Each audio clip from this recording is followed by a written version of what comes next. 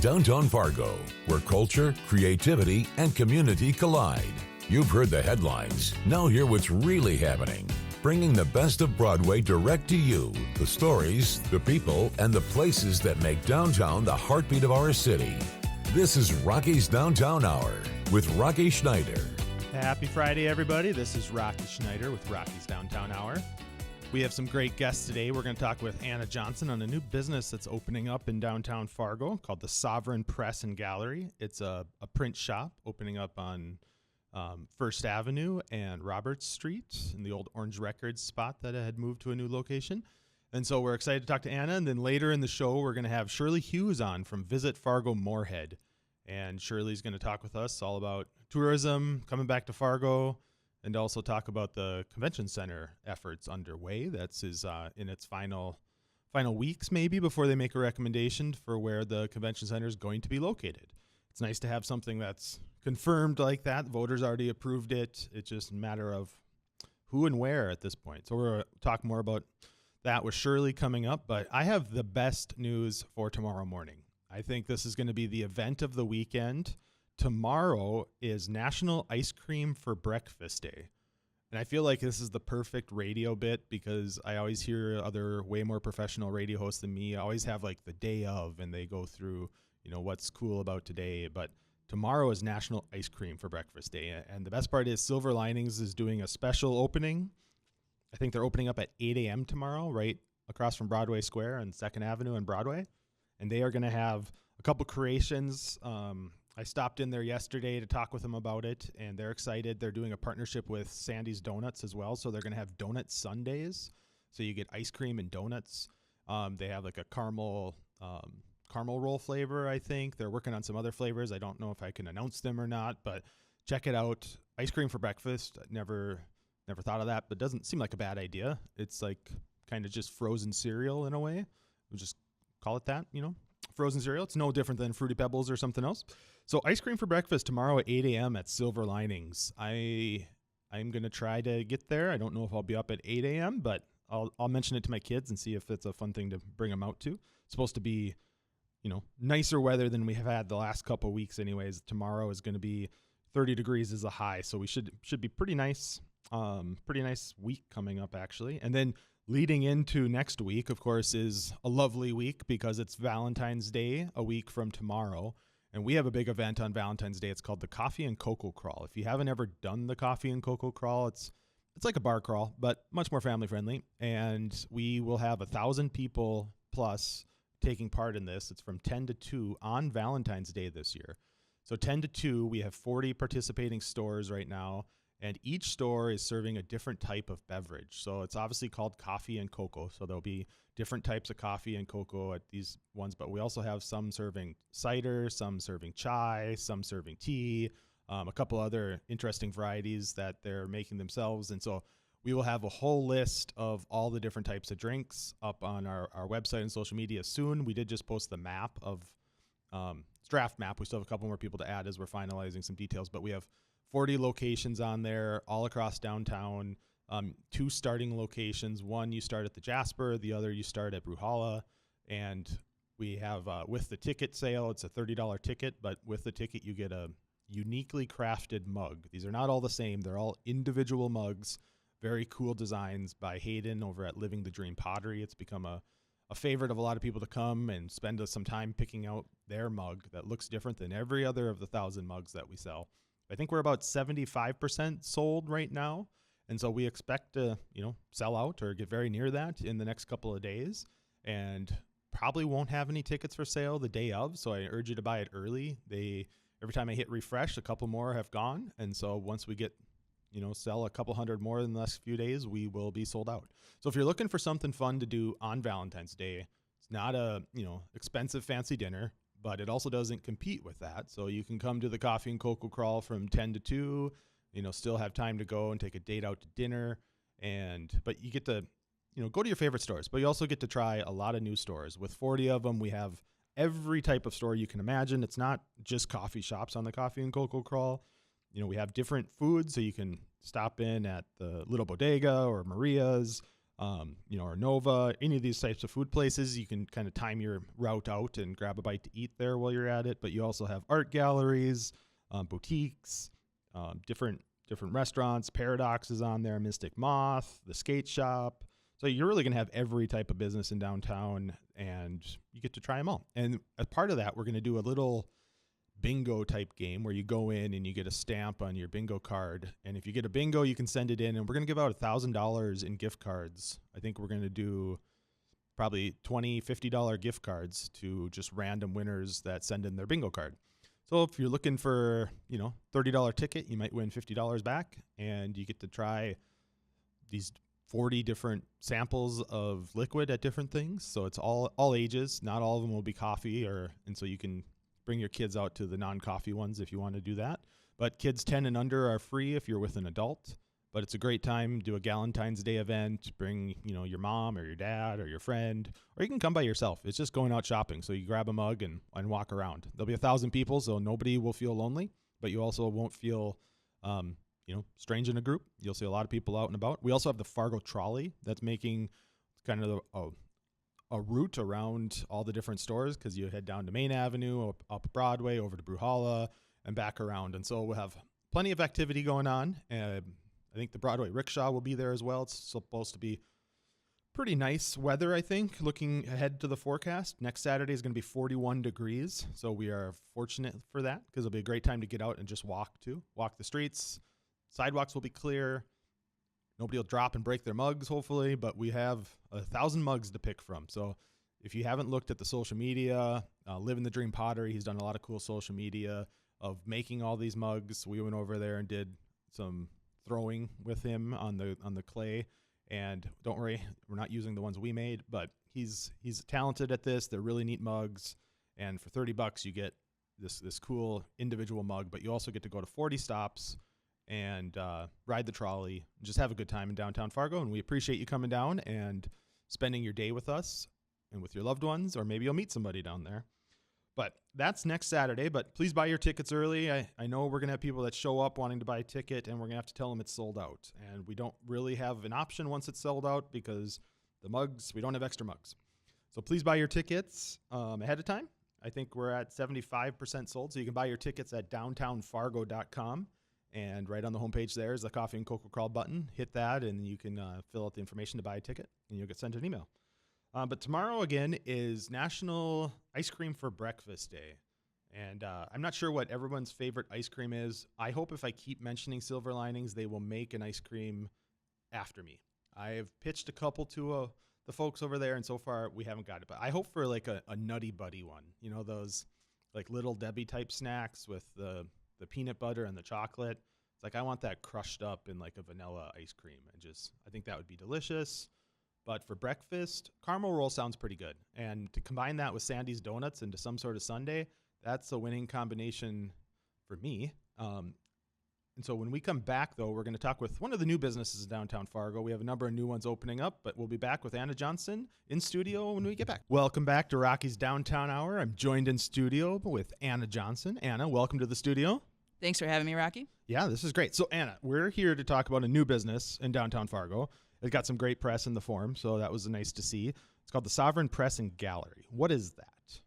Well, I got together with Joe Williams, and we decided we were ready to start a new space in town. So it is a artist space for artists and printmakers, and it's going to also be a gallery. Okay, so what is printmaking? If for those radio folks that are listening, that goes, what's a printmaking?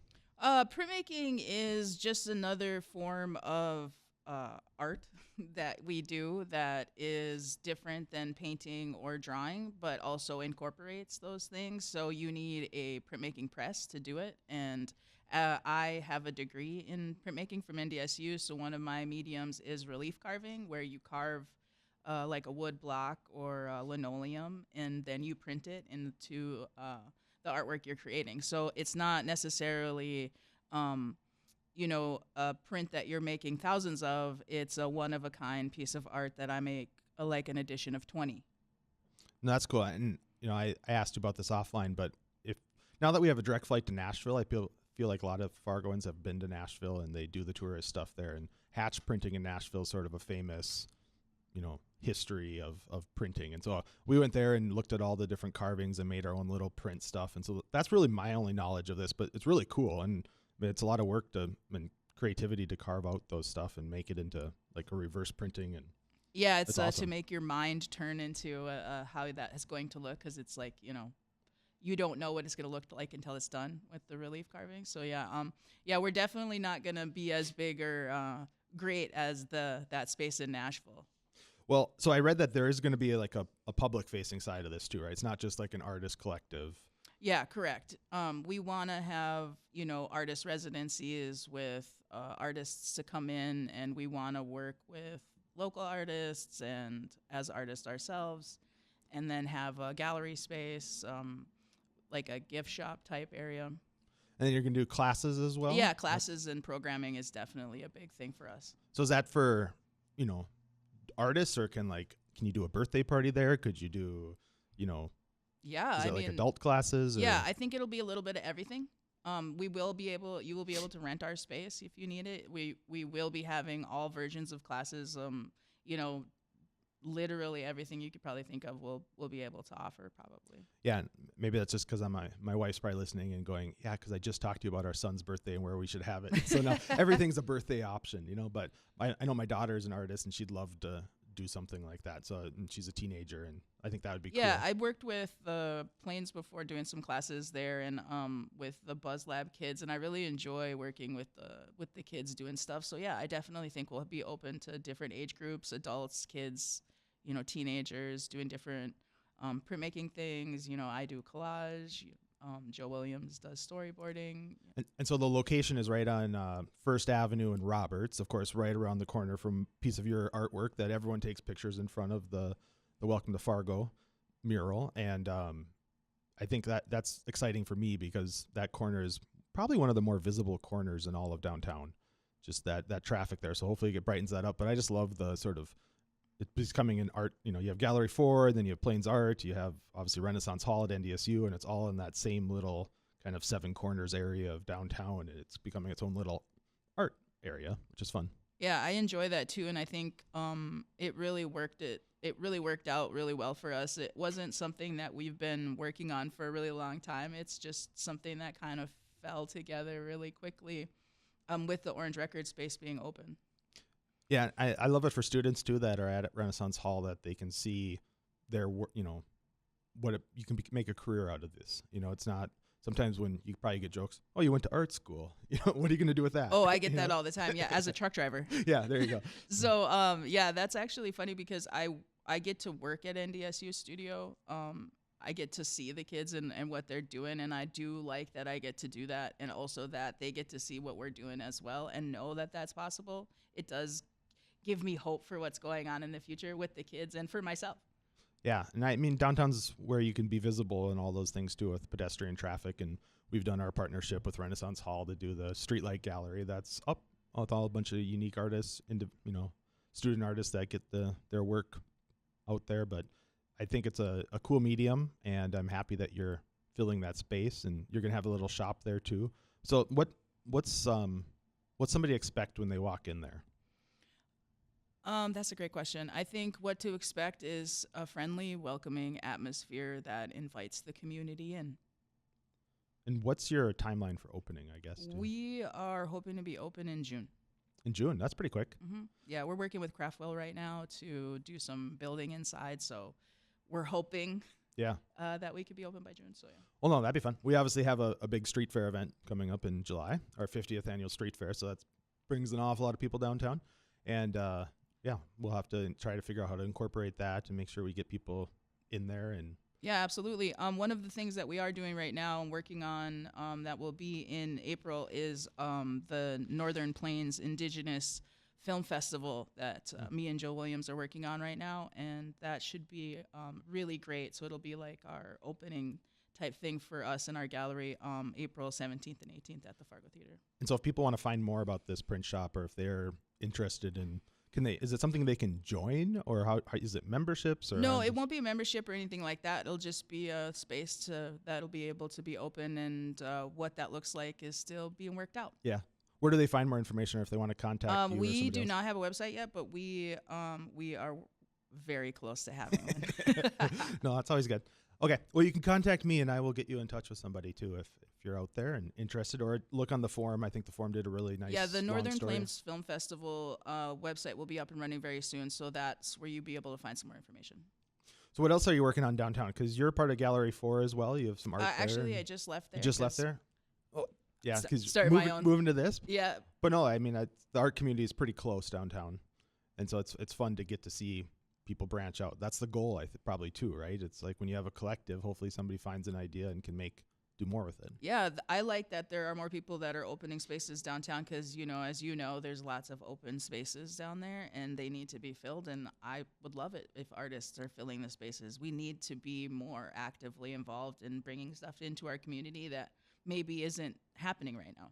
Yeah, I mean, that's the mix of stores you need to. I know just down from where you're opening up is, she hasn't fully announced it yet, but I saw her do a story on it, and there's going to be a new soup and sandwich and Icelandic place that's opening up a couple doors down from there, and that's going to be super exciting, I think, to see. And, we never get as much attention when stores open as they do when they close. Yeah, isn't that the truth? I think, I saw the same thing. I'm very excited for them as well.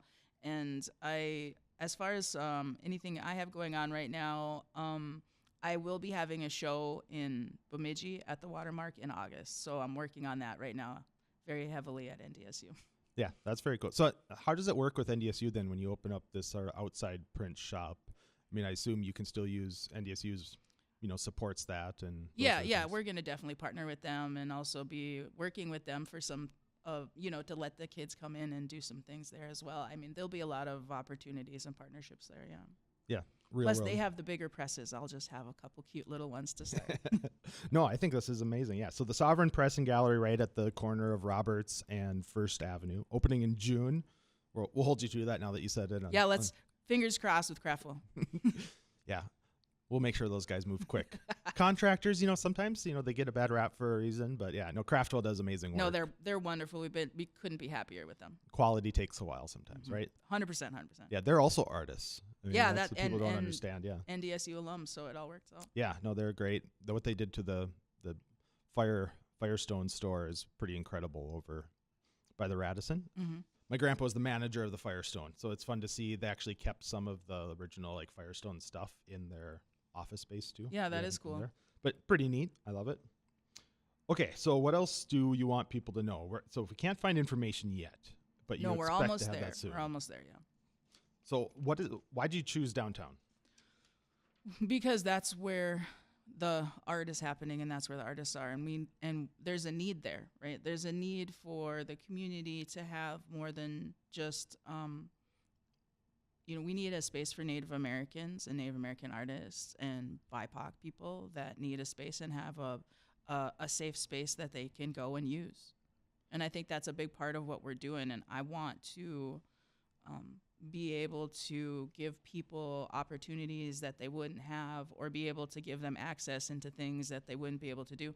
Like, we're creating a screen printing studio within the studio space so that we can make screens, develop them, have a dark room, that kind of thing.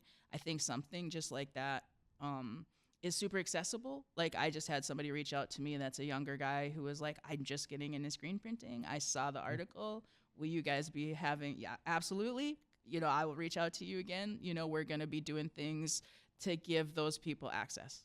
No, that's the coolest part about any sort of art business is your goal is to inspire the next generation.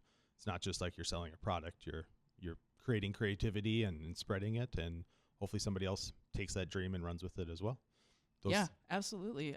And just on the other side of that too, we want to be able to offer some things that maybe aren't being offered downtown, as far as a gift shop type space. So right. We might be having some artist supplies. We might have beadworker supplies, threads and needles, some of those things that aren't accessible because we don't have the art materials store downtown anymore, or but we have the kids that need things downtown. So I think that having something like that even is just as important. Yeah, you got to have things that get people in the door too, and those make the money. It's always good. Absolutely. All right. Well, thank you, Anna. Thanks for coming in, and we're excited to see the store open, and we'll talk more about the grand opening when it gets closer. Yeah, thanks for having me, Rocky. Yeah, thank you. And when we come back, we're going to have Shirley on to talk about Visit Fargo Moorhead. Welcome back to Rocky's Downtown Hour. I'm joined in studio with Shirley Hughes from Visit Fargo Moorhead. Good morning. Good morning. Okay, so Visit Fargo Moorhead, it's such a generic term, but it's also like the most descriptive. It's what you do. Yep. It's all about getting people to visit Fargo Moorhead. Yep, exactly. So give us the sort of 20-second overview of what is Visit Fargo Moorhead. How does it operate? Yeah, so we are what's called a destination marketing organization. And we have a lot of things that we do, but really at the core, our job is to bring people to town, have them stay, visit in hotel rooms overnight, because we are funded by a lodging tax with West Fargo, Fargo, and Moorhead hotels that collect that tax for us from the visitors. And again, get them to stay as many days as we can and spend money in our community. Yeah, and I don't think everyone realizes how important that is for a community. If you don't have people coming in and spending money, we're all just passing money back and forth to each other. Yeah, we are truly, we are about building economic impact and economic development, and just through tourism, right? And so it is interesting that people don't really understand coming into this new role. It's been interesting to see misperceptions, a lack of understanding. So really having opportunities like this have been great for me to sort of help educate everybody about what we do and the impact. And so you have been here 6 months? Yeah, something like that I'm on now? my 6th month already. Yeah, that's impressive. It's good. And Time of course, flies. Charlie Johnson is, well-known local, celebrity, I guess. We'll just call him that. He likes that. Well, we'll give it to him. That's fine. But he's your predecessor. Yep. And so what brought you back to Fargo Moorhead? You had a pretty established career out on the coast, and you just chose to come back to Fargo, which I always just love to hear the stories of, like, why'd you choose to come back? Yeah, listen, I grew up here. So, and I think some of our listeners know this. If they don't, I actually worked at Visit Fargo Moorhead before I left in a different capacity, of course, as Director of Sales and Marketing, but had an opportunity in my, young adult life to sort of spread my wings and go get other experience, and I chose to do that.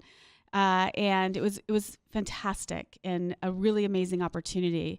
Coming back was about family, first and foremost, friends, and having this opportunity. This is, I say, in all honesty, probably the one job that would have brought me back here to this community, because I love the community and I love this industry, and to combine the two, as well as being here for friends and family, is just made sense right now.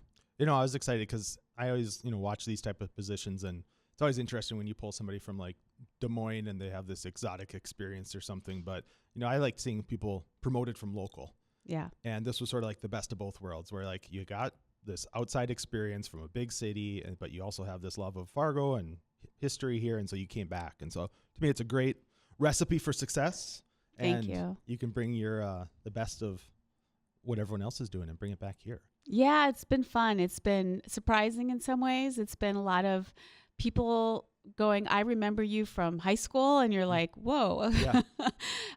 So yeah, it's been really fun in a variety of ways, and just, again, really experiencing such amazing growth that has happened here since I left. So we'll talk about the convention center later, because obviously Yep. that's a big part of what you're working on right now. Yep. But what else does Visit Fargo Moorhead do? Like if you had to say, well, like, what are the key products or Yep. efforts you're leading? Yeah. So listen, we do market to different types of audiences. We market to the leisure traveler and everything that we do. And that is, again, anybody that's going to get in their car and drive here for the weekend and spend time and money in our community.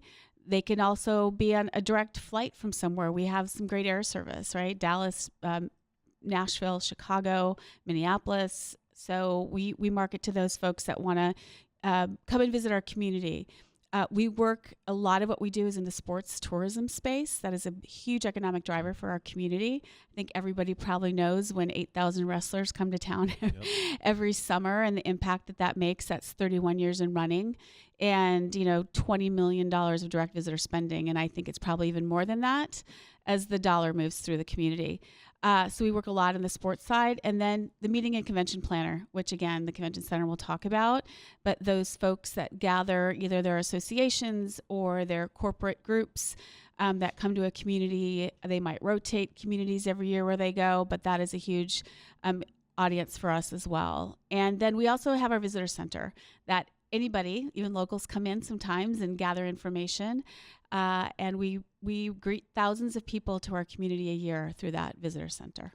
And I just love this topic because I think there's so many things when you try to start a new idea and convince people, it might be tough to convince people, like, why do we need a tour, a DMO, if we want to, I learned what that was, a destination marketing organization. And, why do we need that, right? But these things don't just happen by accident. You don't get national wrestling conferences here and bringing people all over, spending hundreds and thousands of dollars each, when they come here. Like, these things are purposeful, it takes effort, and it takes consistency. They don't just keep renewing.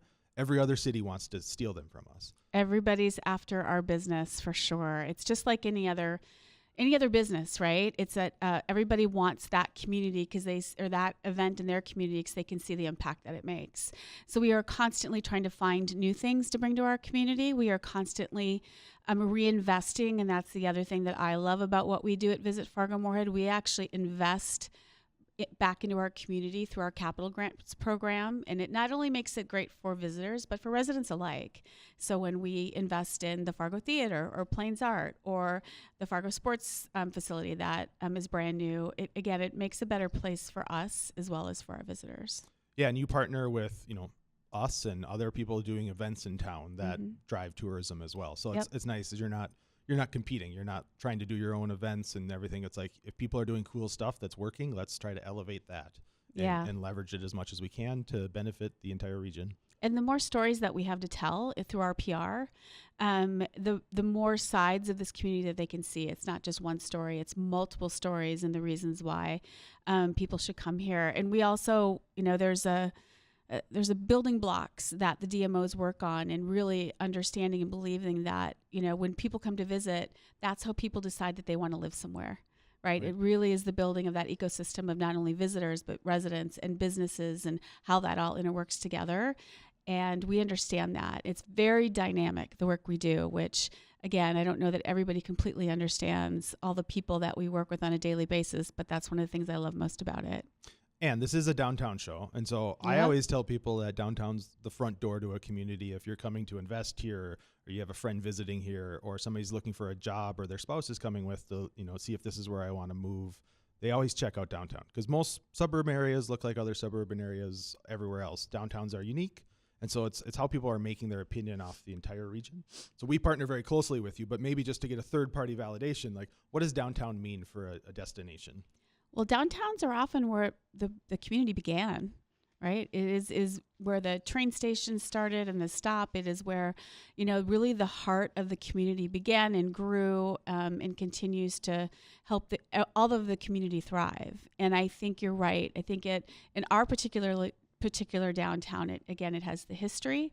There's new mixed with old. Obviously, we have these new beautiful buildings and events that you have mixed with beautiful places like the Fargo Theater, and how people have repurposed buildings to make them into new things downtown. And I think there's so much history and story to tell, and so many different things to do, which I love about it, because it's got, again, a lot of different diversity in it from what it offers. And it whenever we work with influencers, we bring them to town and we bring them throughout the community, but we always get such positive feedback about their experience when they go downtown.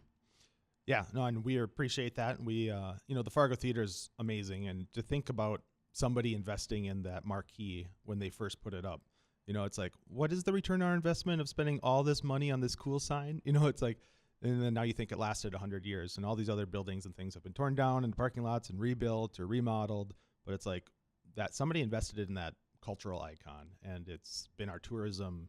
It leads our tourism probably. It's probably the most photographed thing in the state, right? It goes to, I was at a symposium of DMO CEOs and board leaders a couple weeks ago, and it leans into what they call in our industry cathedral thinking. And that is about building something and having the vision to build something that you may never see to fruition, but your kids or your grandkids and on down the line will either be a part of continuing to build, because how long does it take to build a cathedral? Right. Think Notre Dame or anything like that. And the people that will get to enjoy that for generations after, and having the ability as leaders in our community, like you are, to have that thinking. And the Fargo Theater is a perfect example. I mean, they had no idea that it would still be such an iconic place and signal of the history here when they created it. So it's that thinking I think we all need even now. What does the future look like in 100 years for our, kids as kids? Yeah, what seeds can we plant now for somebody else to enjoy the shade later? Exactly. Those sort of thinking, and that's, both bringing in tourism to spend money now, but also it's helping new things like Broadway Square, for instance, which you're a big part of. We won a Main Street Award that Charlie accepted on our behalf, a year or so ago. And, making things like that become a future destination. And, I don't think we've even figured out how to use it yet. Exactly right. And so we'll keep growing, and hopefully there's more of those type of things and more folkways in the world that want to come out and make cool events that make, Fargo Moorhead unique. And I also I love that your organization too. There's a couple in town, MetroCog's another one, the Dispatch Center, but it's a partnership between all the communities. We're not competing with West Fargo and Fargo and Moorhead. It's like we're not competing with each other. No. I think what I love about it is and this is what I will hope to continue with whoever leaders we have to tomorrow or future, is how we can have that collective vision and what we want to build. Love that. Okay, well, when we come back, we're going to talk a little bit about the convention center, because that's a big thing going on in our community. So thank you, Shirley. We'll talk to you more when we get back. We're in studio with Shirley Hughes from Visit Fargo Moorhead, and we're going to talk about the convention center. And I think the important part on this, because I always see a comment every time this comes up on Facebook or Valley News Live or something, someone's like, well, we shouldn't spend money on this. And it's, or the city commissioners, they get asked that all the time. Like, why are you spending money on this? And it's important. This was a public vote. The public in Fargo said, let's add a lodging tax, 3% lodging tax that visitors pay coming to town. And we'll use that to build a convention center to bring more visitors to town. And so it's already decided that this is happening. It's not a decision on that. Yep. Yeah, it's a decision. And I think you just said it. It's a reminder. This is not our residents paying for this. It is the visitors that are coming, that we are in Fargo, hotels only, just so everybody knows, charging that additional 3% lodging tax that will go to fund this. So it's in line with our mission as a DMO. And again, the more people we bring to town and fill hotels, the more money we'll have, to build and to operate. So that's what, it just helps, again, fit into that ecosystem. Yeah, it's such a win-win, because you're using visitor money to bring more visitors that spend more money. Exactly. And so it should be a win. The other thing is, and people have asked me, why do we need this? There are events that are North Dakota based that we cannot host because we don't have enough room. And so they go to Bismarck and Grand Forks or Minot, but they never come here. I'm a little competitive, so I want people to come to our town because we are the largest in North Dakota, and that doesn't even count, the Minnesota side, side of the river or anything else. So it's a huge opportunity for us that is finally here. Yeah, and I love it. There's a number of cities around the country that, like Cleveland or Kansas City, places I've been to once or twice because they had conferences there. Yep. Otherwise, I wouldn't have gone there. But every time I went there, I spent a lot of money because never going to been there before, maybe never go back. And so I wanted to experience their local restaurants or their museums or their, like, the Rock and Roll Hall of Fame in Cleveland, go to a baseball game or something. And so you spend a lot of money and you get to see a town, but that's also how you make your opinion of the town. I love Cleveland, which I'd say very low standards when I thought of Cleveland, Cleveland Rocks and Drew Carey show. That's about all I knew. But now I went there once because of a conference, and I loved it because around the convention center was cool. Yeah, that's great. My husband used to live there. That's funny. Yeah. No, listen, I think that's how we learn. Again, it goes back into the cycle that we've talked about as well. We have such growth in our business and corporate community, and how you bring people to town that want to live here. Mm-hmm. And they have to have a good experience when they come for the first time to visit, and what that means in the cultural community that they have to take advantage of, or their restaurants or the shopping or whatever it might be, that if they're going to be here and raise their families here, all those things are part of it. So it really is, a dynamic, interwoven sort of ecosystem. Okay, so that's why it's important. So where are you Yep. at in the process? So in the process, we are in the throes of the second RFP with the 4 finalists. And just in case anybody doesn't know, and this is in no particular order, the 4 finalists are up at the Fargo Dome. Second is at the Civic Center, an organization looking to redo the Civic Center. The third location is at Bruhala location, next to Bruhala. And then the fourth is next to Shields Arena. And again, in no particular order, basically north to south. But those are the 4 that came out of the 9 original proposals. They are all responding to a very, very in-depth RFP in phase 2. They have to submit that by the end of February. And then March 6th and March 10th, the Convention Center Committee, which is about 11 people, will be meeting with all of those to have those presentations. There will be scoring, very, very rigorous scoring process. And then the committee will make a recommendation to the City Commission. We hope by the end of March / early April latest, the commission will then make a decision. Well, at least we won't have a flood, it looks like, so it won't delay Yeah. any decisions. That's always the best part of our spring when we Let's get to hope look not. forward to it. Yeah. But, from operating downtown, obviously we like our downtown location as one of the finalists, but really a convention center coming to that town, we know when there's a show at the Dome or at Shields Arena or anywhere, downtown sees a spike because that's where people come when they come to town. Yep. And so I think that's what the important thing about a convention center is. It's like having these people come to town spreads money everywhere. It does. And I can't have a talk about DMO without talking about compression. Yep. Because that's the word that you guys all love. But, Yep. when people come to town, they may stay at the hotel closest to it, but then every other hotel kind of gets the ripple effects of that too. And because of the size of this, we will have the ability to bid on events that are thousands of people. And that isn't just 1 or 2 hotels. There's multiple hotels and multiple restaurants and multiple places that they will visit. So even though they run the DCP, I appreciate that you understand the full opportunity that is here, no matter where it ends up. Yeah, for sure. No, I think it's great. I think the other misconception I always see out there is like, it's not like a Fargo Dome where you have an event at 7 p.m. and you have this like rush of traffic and all the roads get backed up. So anywhere it's at, in convention centers, I mean, they have their start times and stuff, but if you've been to a convention, the people are coming and going at all hours. All hours. And sometimes you skip a class and you go out and, whatever. Or you have a half day off and they're go experience the community. Right. Right. And so, I mean, these are great because it's not just not totally boom and bust. Like, it's not like a concert. It's, a several day thing. And hopefully it can stay active. There'll probably be some local activity there that people use it for, but this is mostly out-of-towners coming to town. It is. I think the opportunity for the local communities and the organizations, like if you even ask the chamber, they could use a bigger space to do some of their events, or it could be large weddings, family reunions, whatever, you can put in a facility like that that's very malleable and that sort of thing. It's very different than a dome because it has breakout rooms. It'll be a complement to that, even if it ends up at Shields, right? It's a complement, and it's a different type of space than we have. And I think one thing people maybe don't realize yet either, like when I go to a conference, there's usually sponsors or, I'll be a client of somebody's and they'll have like a private party off, not at the convention center. They'll rent a local, restaurant or museum or something, and they'll invite you to that. And so when you have a convention in town, it's not all the money at one location. It's like you'll have sponsors and companies will go out and rent places and rent rooms and the flights that come in, right? A lot of flying, some driving, a lot of flying.